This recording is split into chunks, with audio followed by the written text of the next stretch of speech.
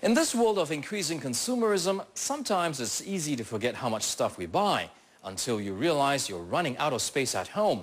And for storage companies, they say that's not a problem. In the spotlight this week, we're talking to Helen Ng, CEO of Lock+Store. Helen may have been in charge of Lock+Store for less than a year, but she's already thinking of expanding her storage business. Lock+Store is among the handful of storage companies that are cropping up in Singapore, and Lock+Store wants to ride on the wave of its early presence in the market.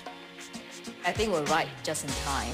We've been studying this industry for a while now, and we only decided to go in at the end of last year when the opportunity arises, because we see an increasing demand for storage space coming from SMEs. They use it as a storage, receiving and distribution center as well, because they have 24 hours access. So in other words, the goods in your storeroom will not be the same at any one point usually. With our increasing affluence, I think more and more people are taking on hobbies. We actually have quite a lot of people storing their ski gears, their drums, their motorbikes, their bicycles, and then we even have golf clubs, which is why we only came in at this stage. And I think this is the right time to come in. You took over this company in November 2010. How did that deal come about? We were studying the market, and we learned that one of the players wanted to sell out of this business because they don't have a specific person that was paying attention, and this was just a peripheral business, and they want to go back to their core. So we approached them, and then I guess we struck the deal over a period of time, and they were comfortable with us running it as well. And it's been full steam ahead since then. Right now, there are 2 Lock+Store locations with a third on the way, somewhere in the central Singapore region.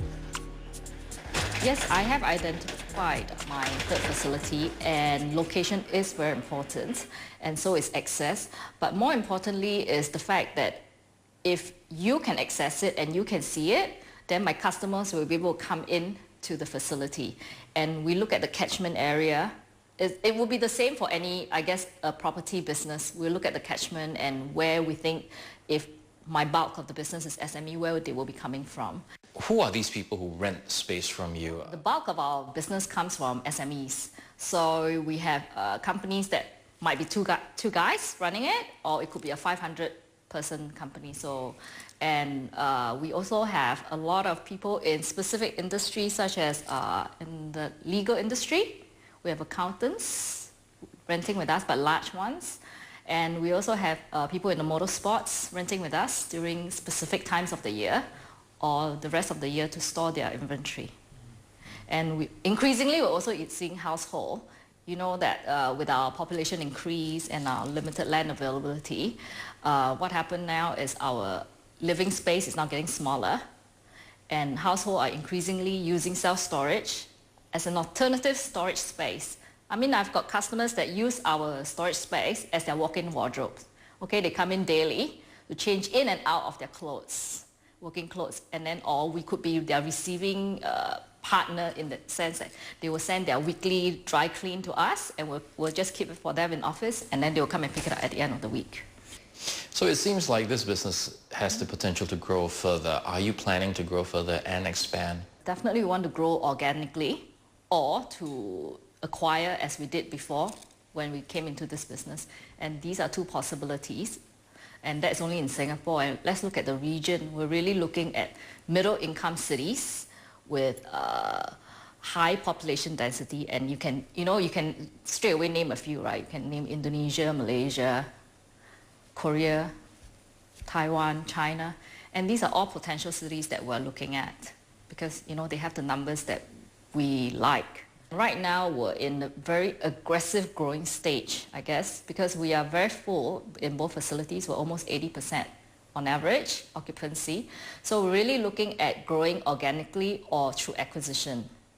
And in 1 year's time, 2 years' time, I hope to be the largest player in the market, in Singapore at least, definitely double digit. I mean, we're really looking at 25% growth year on year. And that's our projection, and so far, so good.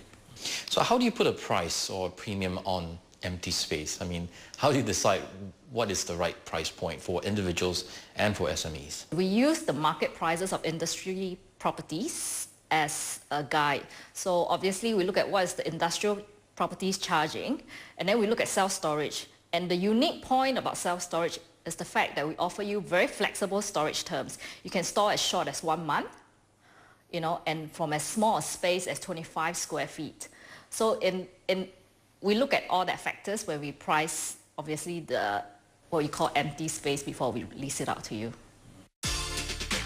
With a finite amount of space in Singapore and the trend of smaller homes, Lock+Store believes it's the solution for a better quality of life.